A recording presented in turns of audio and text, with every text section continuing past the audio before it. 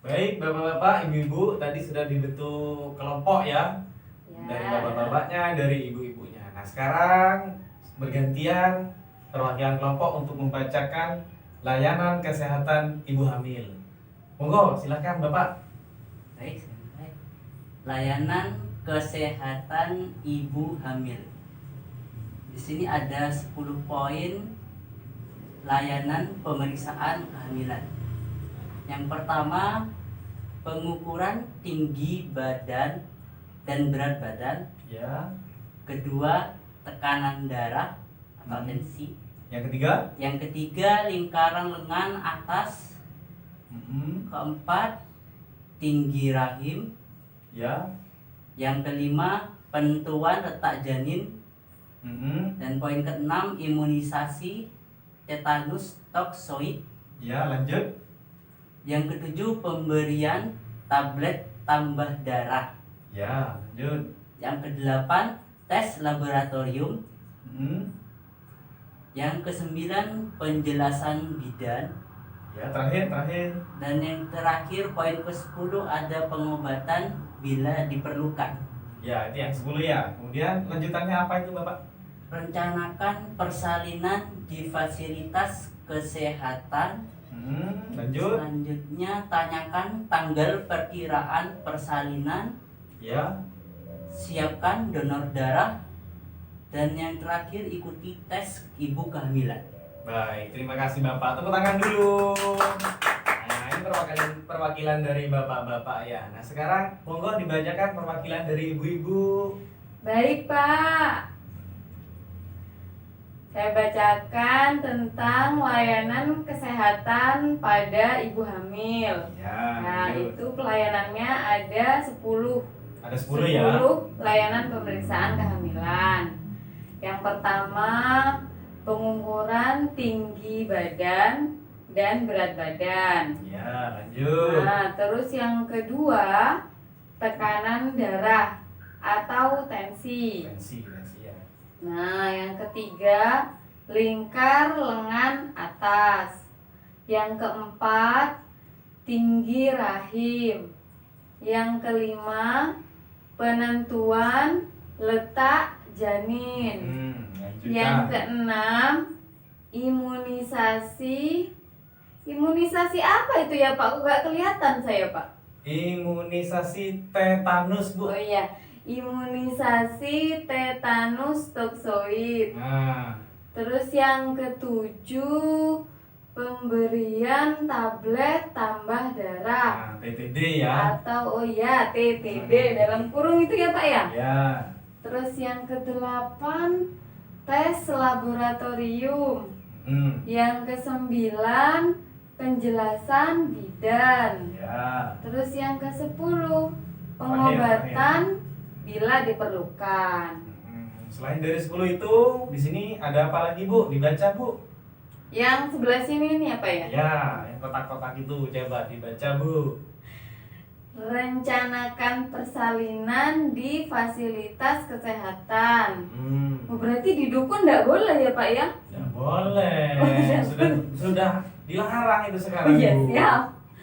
Tanyakan tanggal perkiraan persalinan. Terus siapkan donor darah. Ya, lanjut terakhir. Yang terakhir, ikuti kelas ibu hamil. Baik, terima kasih Bu. Tepuk tangan dulu. Nah, terima kasih sudah dibacakan dari perwakilan kelompok, baik dari bapak-bapak dan juga ibu-ibunya ya. Ya. Nah, sekarang giliran saya bacakan ya. Jadi, layanan kesehatan ibu hamil itu ada 10. Di sini saya bacakan 10 layanan pemeriksaan kehamilan. Yang pertama yaitu pengukuran tinggi dan berat badan. Jadi nanti ibu hamilnya itu diukur tingginya, kemudian berat badannya juga ditimbang. Bapaknya, ibunya hamil, istrinya Masih kurang 1 bulan lagi. oh masih proses ya. Masih proses. Iya. Jadi nanti jangan lupa kalau sudah hamil istrinya 10 layanan ini ya. Yang pertama pengukuran tinggi Siap. dan berat badan. Jadi begini, Bila tinggi badannya kurang dari 145 cm, maka faktor risiko panggul sempit. Nantinya ya, kemungkinan sulit melahirkan secara normal. Biasanya nanti akan dilakukan operasi sesar. Ya, jadi kalau tinggi badannya kurang dari berapa? 145. Nah, 145 cm. Ibu berapa tingginya, Bu? Saya 155, Pak. Berarti aman ya. Aman, anak yang pertama dulu itu lahirnya normal di Bu Bidan Sofi, Pak. Oh, di bidan yang itu ya? Oh Ya, di iya. Kaliwates ya? Iya. Iya. Bapak, istrinya dulu lahir normal atau operasi, Pak? Alhamdulillah normal, Pak. Normal, berarti Iya. dia di atas 145 tingginya ya? Ya, benar sekali. Nah, ini kalau tinggi badan ya. Nah, sekarang kalau berat badannya, penimbangan berat badan setiap kali pemeriksaan. Jadi setiap kali diperiksa, kalau berat badan itu pasti ditimbang. Kalau tinggi badannya cukup sekali. Kalau berat badan seperti ini, sejak bulan keempat pertambahan berat badan paling sedikit 1 kg per bulan. Jadi setelah memasuki bulan keempat itu akan bertambah berat badan si ibu hamilnya, bukan bapaknya ya, si ibu Iya, hamilnya iya, Pak. yang bertambah. Nah, selanjutnya yang kedua adalah tekanan darah atau tensinya. Dimana di sini yang tensi gini-gini itu, nah itu ya. Oh, yang di sini itu ya, Pak ya? Sekarang sudah ada yang canggih yang tinggal ginikan. Itu sudah ada yang canggih. Dimana di situ tekanan darah normal yaitu 120/80. Itu yang normal ya. Kalau lebih dari itu tidak normal artinya. Yaitu bila tekanan darah lebih besar atau sama dengan 140/90, ada faktor risiko hipertensi atau si ibunya darah tinggi. Bapak-bapaknya jangan gampang bikin marah si ibu ya biar darah tinggi gitu ya. Nah, itu beresiko dalam kehamilan nantinya. Selanjutnya yang ketiga, lingkar lengan atas. Ada yang tahu lingkar lengan atas? Saya, Pak, saya kan pernah hamil. Oh iya Bu, iya Bu. Apa Bu? Lingkar lengan atas itu biasanya diukur sininya sama bidannya, Pak. Oh sininya ya? Ah, iya.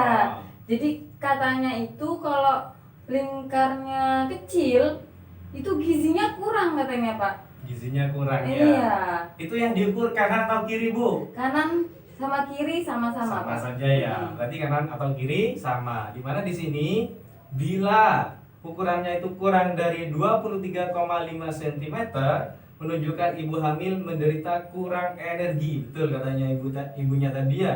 Iya. Kurang energi kronis ibu hamil atau KEK disingkat biasanya Bu. Iya, itu Nah, kek katanya bidannya, Pak. oh ya KEK ya tulisannya ya. Nah, itu beresiko melahirkan bayi berat lahir rendah. Bayi berat lahir rendah. Ada singkatannya itu, singkatannya BBLR. Biasanya di bukunya itu ditulis itu ya. Iya, siap, Pak. Selanjutnya di situ nomor berapa tadi sudah?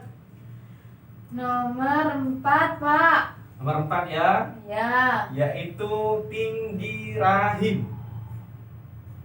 Nah, pengukuran tinggi rahim berguna untuk melihat pertumbuhan janin. Apakah itu sesuai dengan usia kehamilan? Oh, Seperti siap. itu ya. Jadi selanjutnya nomor berapa? Nomor 5, Bapak. Nomor 5, yaitu penentuan Letak letak janin. janin. Penentuan letak janin itu seperti ini bunyinya. Penentuan letak janin atau presentasi janin dan penghitungan denyut jantung janin. Seperti ini. Apabila trimester 3 bagian bawah janin bukan kepala atau kepala belum masuk panggul, kemungkinan ada kelainan letak atau ada masalah lain. Biasanya sama bu bidannya atau pak dokternya itu dibilangin ya, Iya. itu letak janinnya. Dimana di situ bila denyut jantung janin kurang dari 120 kali per menit atau lebih dari 160 kali per menit, menunjukkan ada tanda gawat janin. Nah, kalau sudah menunjukkan seperti itu, segeralah dirujuk ke rumah sakit terdekat, biasanya sesuai petunjuk dari bidannya. Bidannya. Selanjutnya nomor berapa Bu, Pak? Selanjutnya nomor 6, Bapak. Nomor 6, imunisasi tetanus toksoid. Nah, di mana di sini biasanya disingkat dengan TT. Ya. Nah, di mana ini biasanya dilakukan oleh petugas. Untuk selanjutnya, bila mana diperlukan mendapatkan suntikan tetanus toksoid atau TT sesuai anjuran petugas kesehatan untuk mencegah tetanus pada ibu dan bayi. Biasanya itu sering dilakukan di posyandu. Oh Bukan iya di PKH Pak. ya, tapi di posyandu. Selanjutnya adalah pemberian tablet tambah darah. Biasanya pilnya berwarna apa itu? Warna merah itu Pak kayak di gambar. Ini gambarnya sudah ada. Yaitu pemberian tablet tambah darah. Itu namanya TTD ya Bapak, Ibu. Nah, di mana ibu hamil sejak awal kehamilan minum 1 tablet tambah darah setiap hari minimal sampai dengan 90 hari. Iya. Dulu minum Bu ya? Minum Pak, dikasih 3 saset kayak gitu Pak, jadi harus sampai habis. Nah, itu tujuannya diminum malam hari untuk mengurangi rasa mual biasanya. Malam hari minumnya. Iya, Bapaknya malam bilang hari. ke ibunya nanti kalau hamil. Siap Pak. Nah, selanjutnya adalah tes laboratorium atau biasanya disingkat tes lab biasanya di dalam kesehatan itu ya. Ya. Tes laboratorium yang pertama yaitu tes golongan darah biasanya, yaitu untuk mempersiapkan donor bagi ibu hamil bila diperlukan nantinya. Jadi harus tahu nanti itu golongan darahnya. Golongan darah saya itu O. Kalau bapaknya golongan darahnya apa Pak? Tahu Pak? Sama Bapak, O juga. O juga. Kalau ibunya apa Bu? Kalau saya golongan darahnya golongan darah biru Pak. Oh biru apa itu? Bukan Pak, saya golongan darah B. Oh B biru ya? Iya, B siap. itu bukan biru Bu ya, tapi B saja ya. Iya, Ya, siap Pak. Itu yang pertama, tes golongan darah. Yang kedua, tes hemoglobin. Itu gunanya untuk mengetahui apakah ibu kekurangan darah atau anemia. Itu tujuannya. Kemudian yang ketiga, tes pemeriksaan urin atau air kencing. Jadi air kencingnya dites. Ya, kayak di TV-TV itu biasanya kan dites. Kalau ada calon kepala daerah, calon presiden mau mendaftarkan diri itu ada namanya tes urin, biasanya seperti itu ya. Kemudian yang keempat yaitu tes pemeriksaan darah lainnya seperti HIV, kemudian sekarang apa itu corona dan lain-lainnya ya. Ada juga sifilis, sementara pemeriksaan malaria dilakukan di daerah endemik. Kalau malaria itu biasanya di Indonesia Timur, kalau di sini tidak usah ya. Iya. Kemudian selanjutnya adalah apa itu? Pengobatan bila diperlukan. Oh ini dulu Bu. Oh iya Pak, salah. 10 ini. Penjelasan bidan.